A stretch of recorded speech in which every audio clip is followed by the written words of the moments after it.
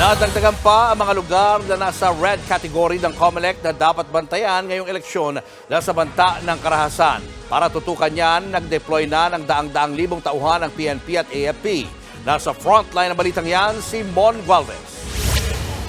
Bukod sa probinsya ng Negros Oriental, isinailalim na rin ng Commission on Elections ang bayan ng Libon sa Albay sa COMELEC control. Ibig sabihin, mas tututukan ng gagawing botohan sa lugar. Kasunod yan ng magkaiwalay na insidente ng pagpatay sa isang barangay chairman at isang kagawad doon noong Agosto. Kabilang ang Region 5 kung nasaan ang Albay sa mga rehiyon sa bansa na nadagdagan ng mga lugar na nasa ilalim ng red category ng COMELEC. Isinasa ilalim ang isang lugar sa red category kung may seryosong banta sa seguridad sa lugar sa gitna ng matinding labanan sa politika. Lalo na kung may private armed groups at history ng karahasan sa lugar. Sa kabuuan, nasa 360 lugar sa buong bansa ang nasa red category. Nananatili naman sa yellow category ang probinsya ng Abra. Sa kabilayan ng mga ulat na may mga kandidatong umaatras at mga gurong hindi na raw mag-duty sa araw ng eleksyon. Yung mga nag-withdraw mga kandidato ay sa kadahilanan na sila ay kinakausap ng mga elders nila, yung mga magkakamag-anak, pero hindi yung pananakot na sinasabi.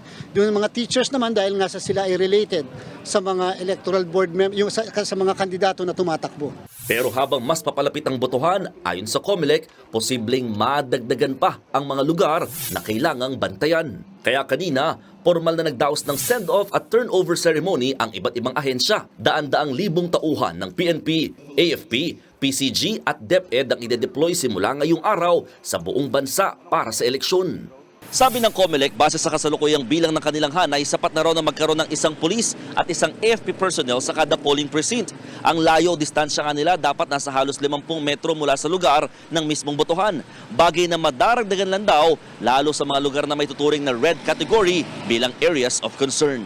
Mula na magsimula ang election period noong August 28, siyam pa lamang ang may tuturing na election-related incidents sa buong bansa. Umaasa naman ng COMELEC na mas mababa ang may tatalang karahasan ngayong taon kumpara sa 23 insidenteng naiulat noong 2022 elections. Nagbabalita mula sa frontline, Mon Gualvez, News 5. Mga kapatid, Julius Babaw po. Huwag maging huli at maging una sa lahat ng balitaan. Para sa tuloy-tuloy na talakayan sa Frontline, mag-follow at mag-subscribe sa social media pages ng News 5.